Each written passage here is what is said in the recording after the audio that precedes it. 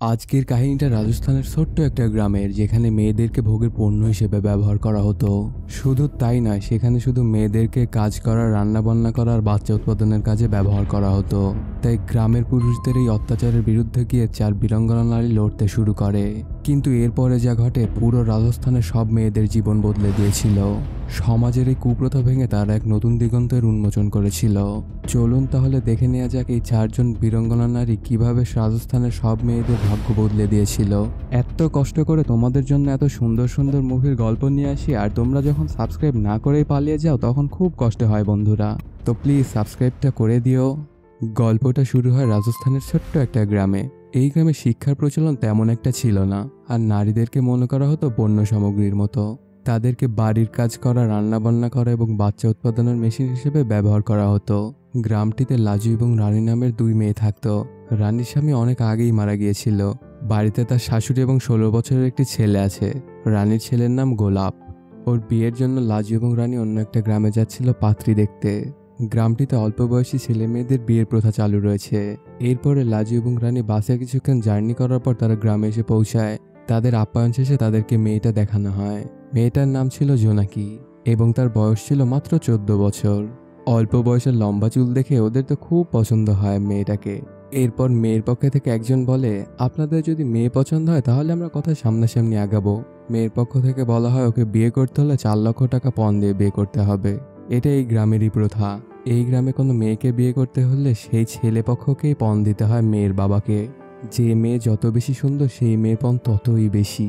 এদিকে দেখা যায় রানীর পক্ষে 4 লক্ষ টাকা দেওয়া সম্ভব ছিল না, বরং সে সর্বোচ্চ চেষ্টা করে 3 লক্ষ টাকা দিতে পারবে। এগুলো নিয়ে রানী খুব টেনশনে পড়ে যায়।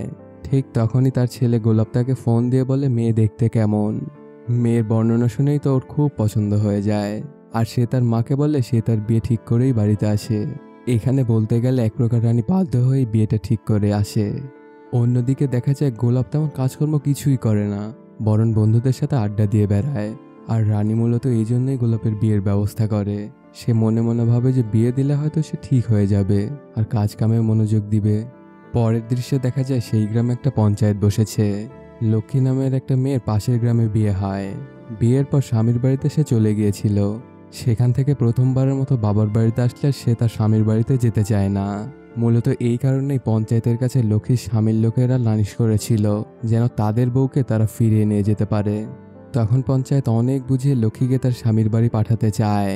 তখন তার বাবা মা অনেক জোর করে লক্ষ্মীকে তার স্বামীর বাড়িতে পাঠাতে চায়, কিন্তু কেউ একবারও জানতে চায় না যে লক্ষ্মী প্রথমবারে সে কেন এমনটা করছে, কেন সে আর যেতে চাচ্ছে না তার স্বামীর বাড়িতে। এরপর পঞ্চায়েত লক্ষ্মীর বাবা মাকে বলে লক্ষ্মীকে গাড়িতে উঠিয়ে দিতে। তাই তারা লক্ষ্মীকে টেনে হিঁচড়ে গাড়িতে উঠিয়ে দেয়। লক্ষ্মী তার মাকে বলে বিয়ের এতদিন হয়ে গেল, এখন পর্যন্ত আমার স্বামী আমাকে টাচ করেও দেখেনি, বরঞ্চ আমার শ্বশুর এবং দেবর আমার সাথে খারাপ কাজ করার চেষ্টা করেছে। সে জানতে পেরেছে যে ওর স্বামী অক্ষম, আর এটি যেন কেউ জানতে না পারে, এই জন্যই ওর বিয়ের ব্যবস্থা করা হয়েছিল। কিন্তু কার কথা কে শোনে? তারপর লক্ষ্মীকে এক প্রকার জোর করে গাড়িতে উঠিয়ে দেয় ওর মা বাবা। এই গ্রামের এমনই অবস্থা, মেয়েদেরকে তারা মানুষ বলে মনেই করতো না। এখন যে লোকটিকে দেখানো হয়েছে ওর নাম কিষান। সে কলেজে পড়াশোনা করে বাড়িতে ফিরেছে।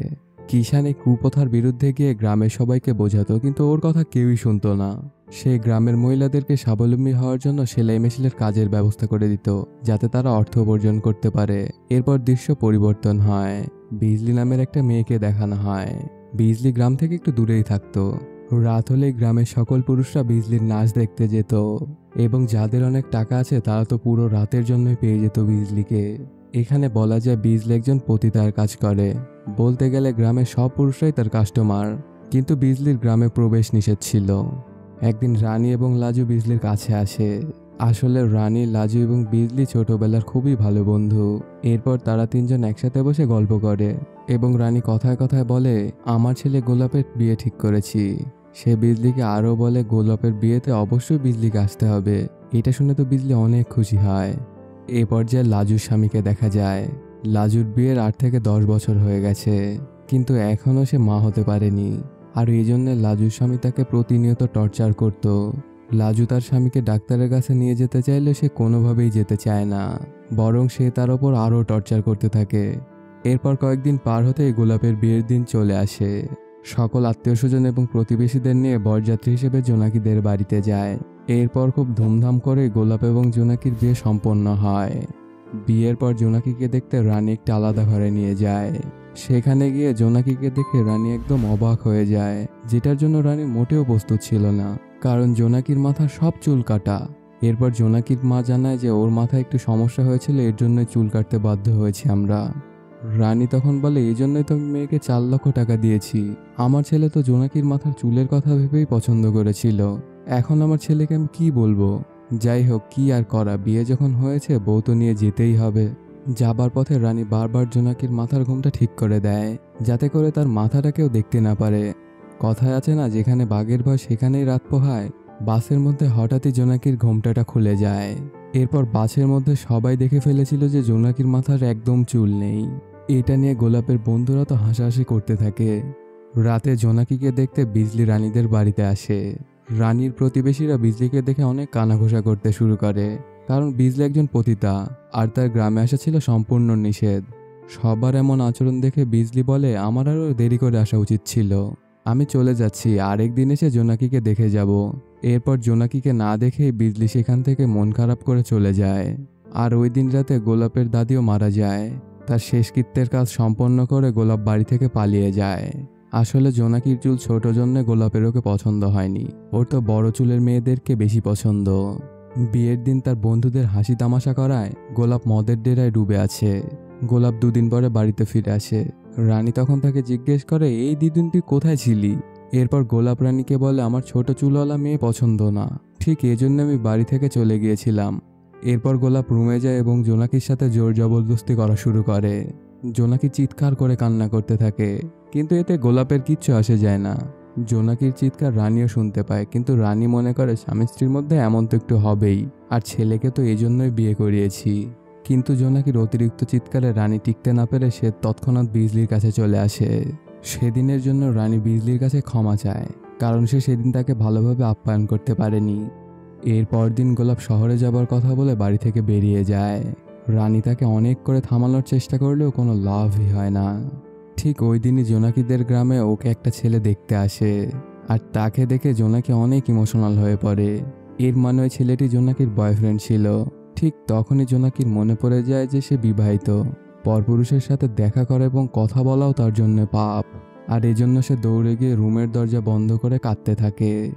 পরের দিন লাজু রানীর বাড়িতে আসে, কারণ ওর স্বামী ওকে অনেক মেরেছিল। এজন্য রানী লাজুকে মলম লাগিয়ে দিতে এসেছিল।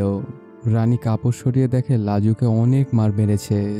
এর পরের দিন রানী জানতে পারে গোলাপকে শহরে কেউ আটকে রেখেছে। আসলে গোলাপ যাদের কাছ থেকে টাকা ধার করেছিল তারাই আটকে রেখেছিল ওকে, কারণ ওদের থেকে গোলাপ টাকা নিয়েছিল কিন্তু সময় মতো পরিশোধ করতে পারেনি। এদিকে রানীর কাছেও কোনো টাকা ছিল না। রানী কোনো উপায় না পেয়ে কিষানের কাছে টাকা ধার চায়। এরপর কিষান তাকে টাকা দেয় এবং কিষানকে নিয়ে রানী শহরের উদ্দেশ্যে রওনা হয়। এরপর সেখানে গিয়ে জানতে পারে গোলাপ টাকা ধার নিয়ে তার খায়েশ মেটাতে পতিতালয়ে গিয়েছিল। এরপর রানী তাকে ছাড়িয়ে গ্রামে নিয়ে আসে। কিছুদিন পরে রানী, লাজু, বিজলি এবং জোনাকি ঘুরতে বের হয় একসাথে। লাজু অনেক মন খারাপ করে বসেছিল। বিজলি এটা দেখে লাজুকে জিজ্ঞেস করে, বলে কি হয়েছে? বিয়ের 10 বছর হয়ে গেল কিন্তু আমি মা হতে পারলাম না, আর এর জন্য আমার স্বামী আমাকে অনেক মারধর করে। এরপর বিজলি লাজুকে বলে, তোমরা ডাক্তার দেখাচ্ছ না কেন? সমস্যাটা তো তোমার স্বামীরও হতে পারে। লাজু বলে, ডাক্তার দেখানোর কথা বললে জানোয়ারটা আমাকে বারবার মারতে শুরু করে। আমি তাকে বারবার বোঝানোর চেষ্টা করেছি কিন্তু এতে কোনো লাভই হয়নি। ডাক্তার দেখানোর কথা বললে তার স্বামী বলে, পুরুষ মানুষের আবার কিসের সমস্যা? বিজলি তখন লাজুকে বলে, তোমার আর একটা উপায় আছে মাহার। আমি একজন সাধুকে চিনি যে ওই পাহাড়ে থাকে, তার কাছে গেলে তোমার কাজ হয়ে যেতে পারে। এরপর লাজুকে ওই সময় সাধুর সাথে দেখা করতে বারণ করে দেয়। এদিকে রানীকে কেউ আননোন নাম্বার থেকে ফোন দিয়ে ফ্লার্ট করতে শুরু করে। এতে রানীর অবশ্য ভালোই লাগছিল। এরপর তারা 3 জন গল্প করতে করতে রানী বিজলিকে বলে, বিজলি তুমি দয়া করে এই কাজ ছেড়ে দাও, কারণ এরপর তো গ্রামবাসী তো তোমাকে আর গ্রামেই ঢুকতে দিবে না। এতে বিজলি রেগে যায় এবং বলে, রাতের আধারে ওই গ্রামের পুরুষরাই তো আমার কাছে আসে মজা নিতে, আর দিনের আলো ফুটলেই সবাই সাধু সন্ন্যাসী হয়ে যায়। আমি অন্যের কথা আর কি বলবো? একদিন তো তোমার নিজের ছেলে আমার কাছে এসেছিল। এটা শুনে রানী অনেক রেগে গিয়ে বিজলিকে একটা থাপ্পড় দিয়ে সেখান থেকে চলে যায়। এরপর বিজলি লাজুকে বলে, গোলাপ ঠিকই তার কাছে একদিন এসেছিল, কিন্তু গোলাপকে সে এক থাপ্পড় মেরে সেখান থেকে ভাগিয়ে দেয়, কারণ সে তো তার ছেলের মতোই, ওকে তো জন্মাতেও দেখেছে। এর পরের দিন বিজলিকে লাজু ফোন দিয়ে জানায় যে সে ওই সাধুর কাছে যেতে রাজি আছে, বিজলি যেন তাকে তার কাছে নিয়ে যায়। এরপর বিজলি তাকে সন্ধ্যার দিকে আসতে বলে। লাজু সন্ধ্যার সময় আসলে বিজলি তাকে নিয়ে সাধু বাবার কাছে রওনা হয়। কিছুক্ষণের মধ্যে চলেও আসে সাধু বাবার কাছে। তখন আমরা জানতে পারি সাধু বাবা আসলে বিজলির বয়ফ্রেন্ড। গ্রামের সমস্ত লোক টাকা দিয়ে বিজলির কাছে আসে, আর সেই বিজলি আসে সাধু বাবার কাছে। আর বিজলি তখন লাজুকে বলে সাধু বাবার সাথে শারীরিক সম্পর্ক করতে। যদি সে মা হতে চায় তবে এই একটাই উপায় আছে ওর কাছে। লাজু সাধু বাবার দ্বারা বাচ্চা কনসেপ্ট করে তার স্বামীকে জানিয়ে দিবে যে সে বাবা হতে চলেছে। আর এতে তো তার স্বামী কিছুই জানতে পারবে না। প্রথমে তো লাজু এতে রাজি হতে চায়নি, কিন্তু সে অনেক চিন্তা ভাবনা করে দেখে যে এছাড়া তো কোনো উপায় নেই। এরপর এক প্রকার বাধ্য হয়ে সে সাধু বাবার সাথে শারীরিক সম্পর্ক করে। পরের দিন জোনাকির বয়ফ্রেন্ড সেই গ্রামে আবার আসে, কিন্তু রানী এবার তাকে দেখে ফেলে। ছেলেটা তাকে দেখা মাত্রই সেখান থেকে দ্রুত সাইকেল নিয়ে পালিয়ে যায়। ছেলেটি তাড়াহুড়া করার সময় একটা বই পড়ে যায়, আর বইটিকে জোনাকি কুড়িয়ে ঘরে নিয়ে আসে। রানী এসব দূর থেকে সবই লক্ষ্য করে দেখছিল। এরপর একজন বয়স্ক লোককে দেখানো হয়। এই লোকটির থেকে রানী গোলাপের বিয়ের সময় অনেকগুলো টাকা ধার নিয়েছিল, আর রানী একটি ট্রাঙ্কে করে টাকা জমাচ্ছিল যে সমস্ত ঋণ পরিশোধ করে দিবে। রানী সেই ট্রাঙ্কটা খুলে দেখে যে সেখানে কোনো টাকা নেই, আর সে ভাবে যে জোনাকি হয়তো সেখান থেকে টাকা চুরি করে ওই ছেলেটার মাধ্যমে টাকা বাড়িতে পাঠিয়ে দিয়েছে। এরপর রানী জোনাকিকে জিজ্ঞাসা করে যে টাকাগুলো সরিয়েছে কিনা, কিন্তু জোনাকি উত্তরে বলে এই টাকার সম্পর্কে আমি কিছুই জানি না। কিন্তু রানী তার কথা বিশ্বাস না করে ওকে অনেক মারধর করে। এরপর গোলাপ বাড়িতে ফিরলে তাকে জিজ্ঞেস করে যে টাকা সম্পর্কে সে কিছু জানে কিনা। তখন গোলাপ তাকে আবারও মারধর করতে থাকে এবং বলে তুই আমাকে চোর বানাতে চাচ্ছিস। এক পর্যায়ে গোলাপ তার সাথে জবরদস্তি করতে চায়। জোনাকি জোরে জোরে চিৎকার করতে থাকে। এটা দেখে রানীর তার বিবাহিত জীবনের কথা মনে পড়ে যায়। তার স্বামীও ঠিক তাকে এইভাবেই মারধর করত। এরপর রানী গোলাপকে ঘর থেকে বের করে দেয় এবং বলে সে যেন কোনোদিন আর এই বাড়িতে না ফিরে আসে। এরপর রানী একা একা বসে কান্না করতে থাকে। তারপর জোনাকিও তার কাছে আসে এবং বলে মা আমি টাকাটা নেইনি। আর ওই ছেলেটি তার স্কুলের ফ্রেন্ড, তারা একসাথে পড়াশোনা করত। জোনাকি ছেলেটিকে ভালোবাসতো এবং ছেলেটিও জোনাকিকে অনেক ভালোবাসতো। কিন্তু তার বাড়ি থেকে হঠাৎই গোলাপের সাথে বিয়ে ঠিক করা ফেলা হয়।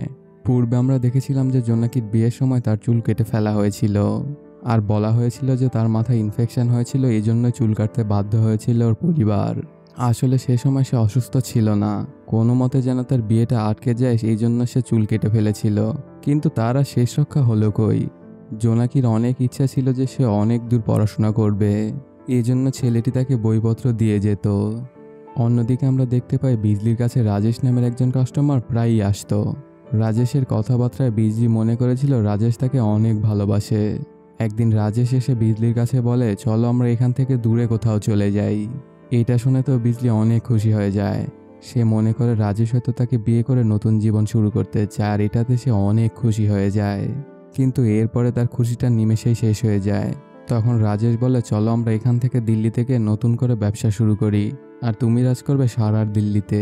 এটা শুনে তো বিজলির অনেক খারাপ লাগে এবং সেখান থেকে সে রাজেশকে চলে যেতে বলে, আর ভাবতে থাকে পৃথিবীর সব পুরুষই একই রকম। এরপরে দেখা যায় রানী তার ঘর বিক্রি করে দেয় এবং ঋণের সব টাকা পরিশোধ করে ফেলে। অন্যদিকে আমরা দেখতে পাই জোনাকি এবং তার বয়ফ্রেন্ড বাসে করে দূরে কোথাও চলে যাচ্ছে। আসলে রানী জোনাকির বয়ফ্রেন্ডকে দেখে তার হাতে জোনাকিকে তুলে দিয়েছিল এবং যাওয়ার সময় তার ঘর বিক্রির কিছু টাকা জোনাকিকেও দিয়ে দেয়। এরপর রাত হলে লাজু তার স্বামীকে খুশির খবরটা দিয়ে দেয় আর বলে যে তুমি বাবা হতে চলেছ। অর্থাৎ আমরা এখানে বুঝতে পারি লাজু সেই সাধু বাবার মাধ্যমে তার বাচ্চা কনসেপ্ট করেছিল। লাজু তার স্বামীকে বলে এই বাচ্চার বাবা তুমি, আর এতে তুমি খুশি হওনি। লাজুর স্বামী খুশি হওয়ার পরিবর্তে লাজুকে অনেক মারধর করা শুরু করে এবং জিজ্ঞাসা করে এই বাচ্চা কার, তুই কার সাথে শারীরিক সম্পর্ক করে বাচ্চা পেটে নিয়েছিস। আর আমি জানি বাচ্চার বাবা আমি নই, কারণ আমি তো আর কখনো বাবাই হতে পারবো না। লাজু তখন তার স্বামীকে বলে যে তুমি জানতে যে তুমি কোনোদিন বাবা হতে পারবা না, তাহলে এতদিন ধরে আমাকে কেন মারধর করতা তুমি। এইগুলো শুনলে লাজুর স্বামী লাজুকে আরও বেশি মারধর করা শুরু করে দেয়। রানী এসে দেখে লাজুকে তার স্বামী প্রচণ্ড মারধর করছে। এরপর রানী লাজুকে বাঁচাতে লাজুর স্বামীকে ধাক্কা দেয়, আর ধাক্কা সামলাতে না পেরে লাজুর স্বামী আগুনে পড়ে যায়। লাজু তার স্বামীকে বাঁচাতে গেলে রানী বলে মরতে দে ওকে, এমন স্বামীকে বাঁচানোর চেয়ে না বাঁচানোই ভালো, যে তোকে সবসময় মারধর করত। লাজুর স্বামী লাজুর সামনেই পুড়ে মারা যায়। এরপর তারাজন সেখান থেকে পালিয়ে বিজলির কাছে আসে এবং বিজলিকে সমস্ত ঘটনা খুলে বলে। এরপর সব কথা শুনে বিজলি, লাজু এবং রানী সমস্ত কিছু গুছিয়ে শহরে চলে আসে তাদের জীবনটা নতুন করে শুরু করার জন্য, যেখানে থাকবে না বাধা, বিপত্তি এবং অন্যায় অবিচার। আর এই দৃশ্যটার মাধ্যমে মুভিটা এখানেই শেষ হয়ে যায়। আসলে আমাদের সমাজে এখনো এমন কিছু মানুষ আছে যারা মেয়েদেরকে মূল্য দিতে জানে না। তারা মনে করে মেয়েদের জন্ম হয়েছে শুধু সংসারের কাজকর্ম, বাচ্চা কাচ্চা লালন পালন এবং বাচ্চা জন্ম দেওয়ার জন্য। আসলে সমাজে মেয়েদেরকে মূল্যায়ন এবং অগ্রাধিকার দিলে তারা অনেক বড় বড় পর্যায়ে যেতে পারবে। তাই চলুন সময় থাকতে আমাদের সকলের চিন্তাভাবনা বদলাই। তো বন্ধুরা, আজকের কাহিনীটা তোমাদের কাছে কেমন লাগলো জানাতে কিন্তু ভুলবে না। আর যদি এখনও চ্যানেলটি সাবস্ক্রাইব না করে থাকো তাহলে এমনই সব ভালো ভালো ভিডিও দেখতে চ্যানেলটি এখনই সাবস্ক্রাইব করে নাও। দেখা হচ্ছে নতুন কোনো ভিডিওতে। টেল দেন, সায়োনারা।